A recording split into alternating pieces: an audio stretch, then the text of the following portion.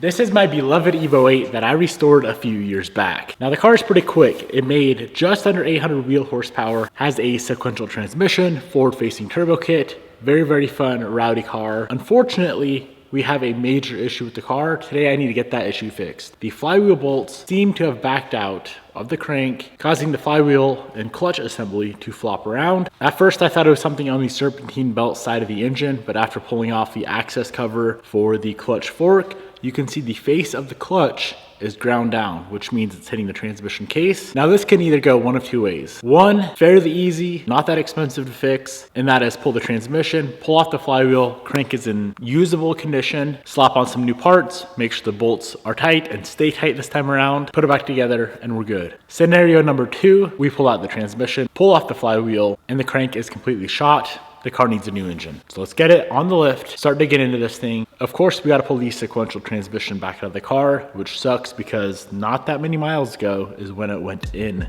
to the car.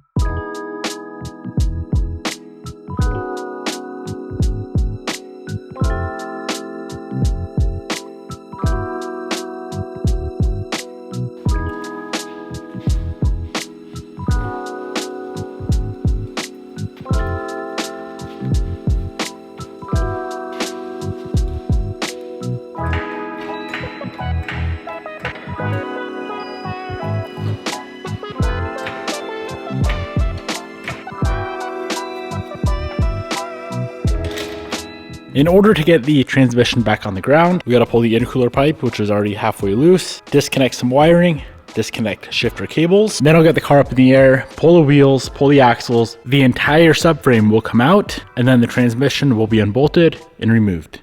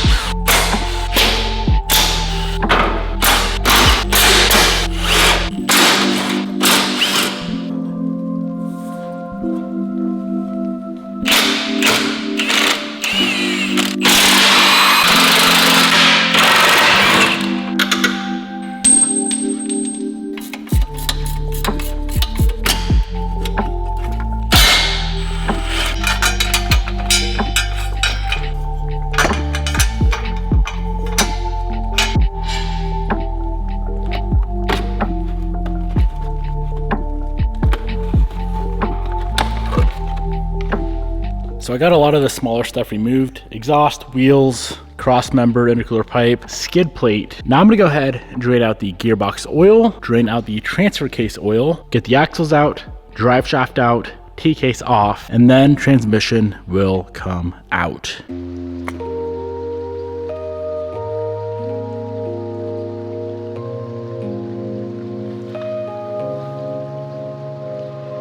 On second thought, I'm actually just gonna leave the gear oil inside the T-case. I fill them before they go back in the car anyway. This gear oil is pretty much brand new, a couple hundred miles on it. So after we pull the subframe out of the car, we should be able to drop the T-case down without draining it, which will save me like 12 bucks.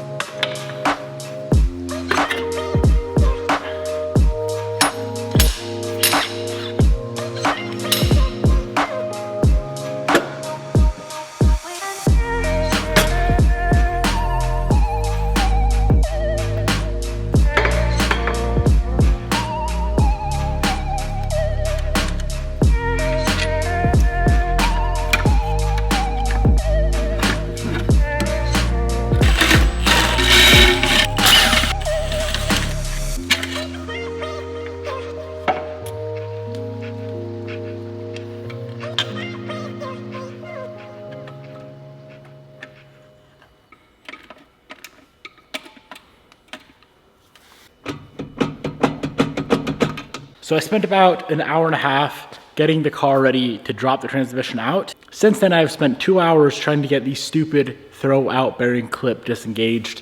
If you guys know, you know. If you don't, well, it's the dumbest design in the world. I don't know who designed it, probably a stupid person. If you can't get a throw out bearing clip disengaged, you have to unbolt the pressure plate from the flywheel through the access holes.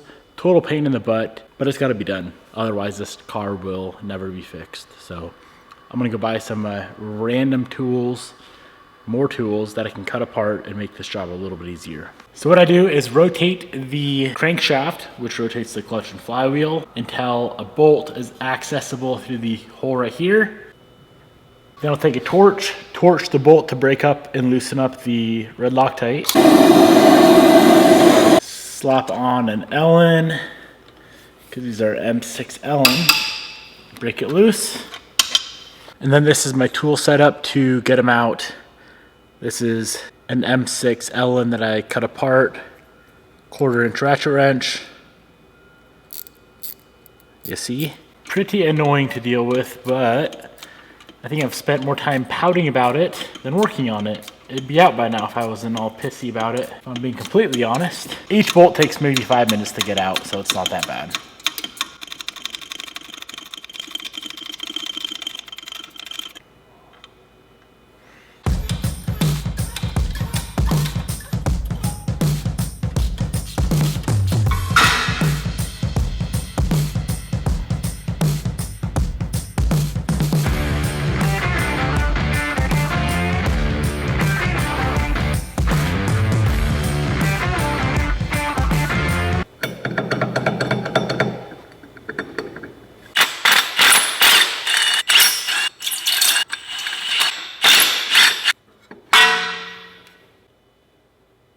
So the transmission's out, flywheel is off, and here is the verdict. I'm gonna use it. I mean, it's a little rough. I'm gonna go ahead and use this. I'm gonna clean up the crank as best as possible. You might notice there's a spot right here for a 9mm dowel. I wish the aftermarket clutch companies would utilize that. I don't think it would prevent this issue. It may help a little bit, but for some reason, none of the aftermarket clutch companies have the hole in the flywheel for that dowel. So I have a few things I'm gonna do to prevent this issue from happening again. Number one, I'm just gonna put a whole new clutch kit on the car. I have a new flywheel here, but being that I'm gonna have to go and pretty much cut that pressure plate off the transmission now, it's gonna get a whole new ACT mod twin. And then as far as preventing that issue from happening again, we have, let's call it 4 things. 4 things we're gonna do differently. First off, I'll be using ARP flywheel bolts. Along with that is number 2. You can torque these down tighter than the OEM units. Number 3 is a friction shim. I thought this was a K-series thing only. Kegley makes the same concept of a shim that 4-piston does for the K-series, Kegley makes for the Evos.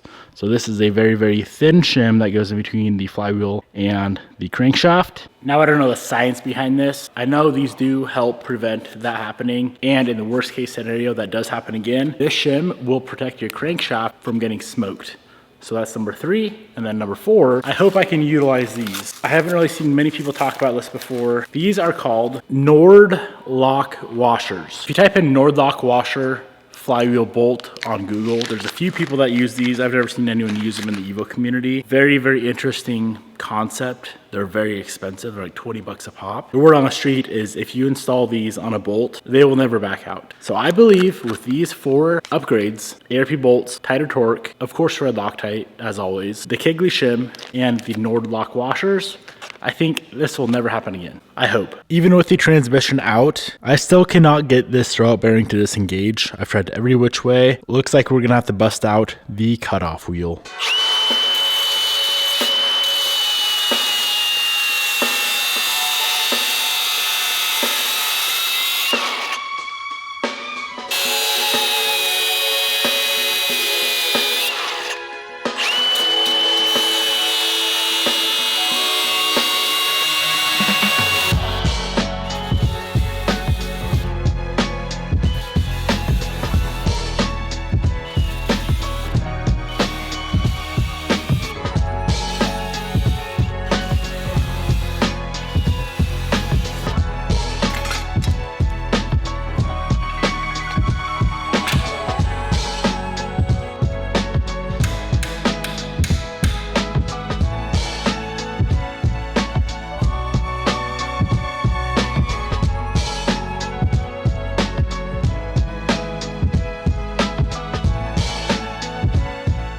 The old clutch assembly is off of the transmission. Crankshaft is cleaned up as best as possible. It's definitely not perfect, but there's no more high spots on it. Let's get the Evo back together.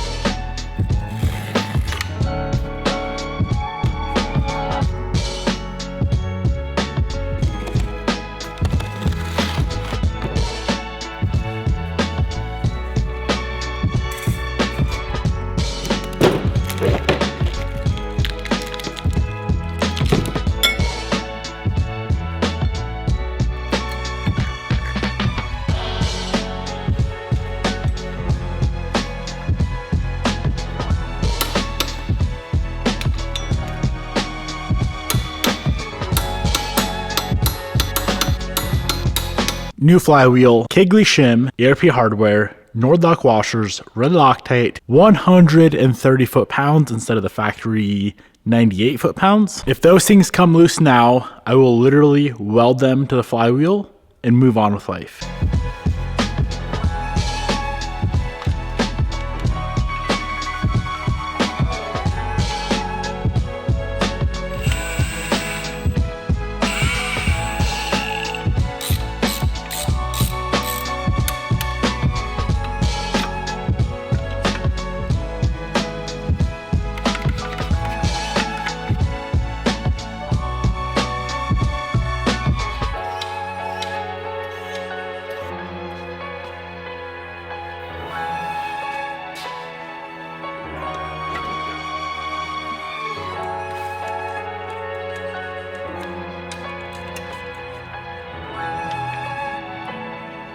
The transmission is back in the car. Let's get this thing in the air. T-case, subframe, axle, exhaust. Goes back in, slap in some gear oil, and we are done. We can go on a drive.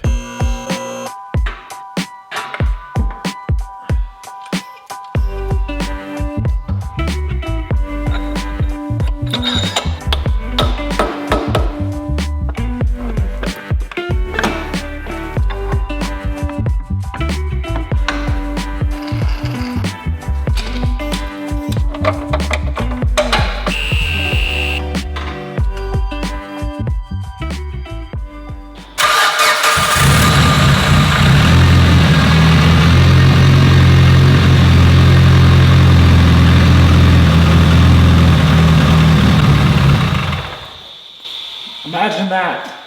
This thing is way quieter without a flywheel flopping around. Never would have guessed.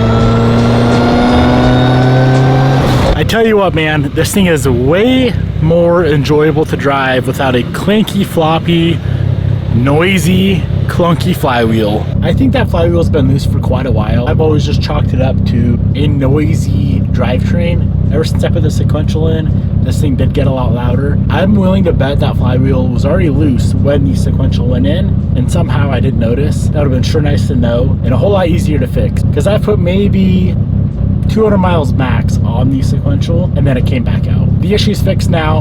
I'm confident with all that stuff that we added. I highly doubt it'll ever come loose again. I did also use this as a good excuse to upgrade the clutch. I had the 700 foot-pound clutch in here from ACT, and I went to the 875 foot-pound clutch, which this car doesn't make anywhere near that, but it might one day. So I figured if we're gonna buy a new clutch, we might as well upgrade. And thankfully the pedal feel is identical as to what it was before with the 700 foot-pound clutch in this car. If you want that clutch, I'll link it down below. That shim, I'll link down below. The Nordlock washers, I'll link down below. ARP bolts, I'll link down below. Everything that we did today, I'll link down below. If you got backed out flywheel bolts, fix it before it destroys your entire motor, like it did on my Type R. Gonna wrap it up here. Stoked to have this car back on the road. that's a wrap.